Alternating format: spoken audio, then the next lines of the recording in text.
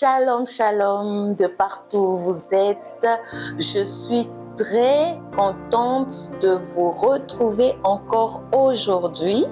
Et ces moments de partage, on les passe très bien seulement grâce à votre présence.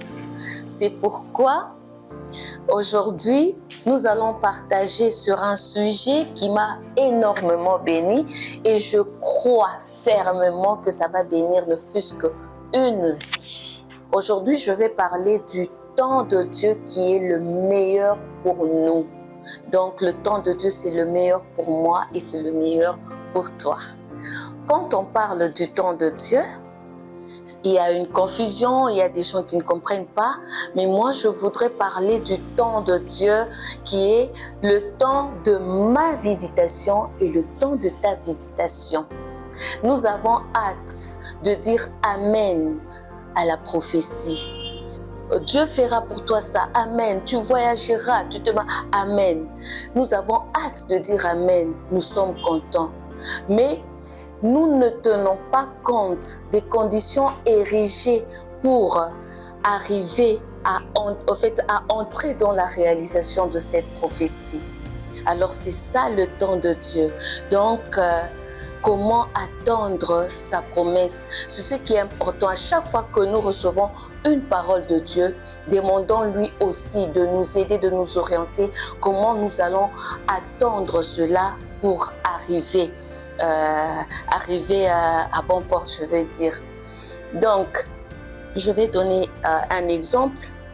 Quand une femme désire concevoir, désire avoir un enfant, elle attend, elle en souffre. Une fois qu'elle conçoit, qu'elle constate qu'elle est enceinte, c'est une immense joie. C'est vraiment une grande joie. Et pendant qu'elle est dans la joie, elle est aussi consciente que pour arriver à prendre son enfant dans ses bras, il faudrait qu'elle traverse un moment qui n'est pas du tout facile. Ce n'est pas du jour au lendemain. Elle aura 9 mois en train d'attendre. Maintenant, pendant ces 9 mois, il y a tant de choses qui arrivent. Je suis une mère, je sais de quoi je parle. Donc, il y a tant de choses qui arrivent, beaucoup de choses. Donc, c'est tant de sacrifices qu'une mère est en train de... Elle subit beaucoup de choses. Mais elle tient bon, elle tient le coup. Elle gère toutes les situations qu'elle traverse. Pourquoi? Parce qu'elle sait qu'un jour, elle va accoucher et elle va oublier. Ça, c'est un exemple que je donne et qui est tellement, tellement bénéfique. Parlons du roi David. Le roi David, le jour où on ne l'a pas annoncé seulement qu'il va être roi, mais on l'a même oint le même jour. Il était dans la brousse. On l'a fait sortir de la brousse, on l'a amené, on l'a oint roi. Le roi David, en fait, quand on l'a un roi David à cette époque, il n'a pas dit du coup, amenez-moi au palais et apprenez-moi à vivre comme un roi. Il est rentré dans la brousse et il a continué avec ce qu'il faisait, un berger. Mais comme il attendait son temps, le temps de Dieu, le meilleur pour lui, Dieu a tout planifié.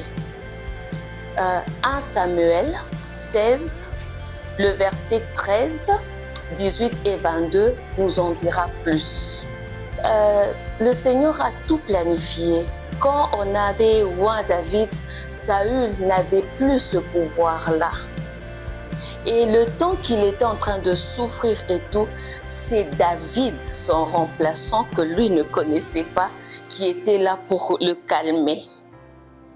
David, c'est celui qu'on avait trouvé comme le joueur de la harpe et tout pour le calmer et tout. David savait qu'il allait monter sur le trône de celui qu'il était en train de servir. C'est ça aussi un autre point. Quand on te dit seulement frère, sœur, tu seras, c'est fini. Les autres sont devenus terre à terre. Tu commences à négliger les gens. Mais or, ce que David a fait. Il savait qu'il allait monter sur le trône de ce roi-là, mais il le servait et il n'a pas hésité. Alors, il a attendu son temps, mais malgré qu'il attendait cela, il servait celui qu'il devait remplacer avec toute l'onction sur lui, sans oublier que Saül n'en avait plus. Alors, David a attendu son temps. Il y a beaucoup de choses à dire là-dessus, mais nous tous, nous connaissons l'histoire. David a été installé et couronné roi tel que le Seigneur l'avait dit. Et il en a été ainsi. Alors, je nous conseillerais de ne pas seulement dire Amen à la prophétie, mais de demander à Dieu de nous aider à marcher dans les principes qui conditionnent la réalisation de cette prophétie. Le temps de Dieu, c'est le meilleur. À la prochaine et que Dieu vous bénisse. Ciao, ciao, ciao.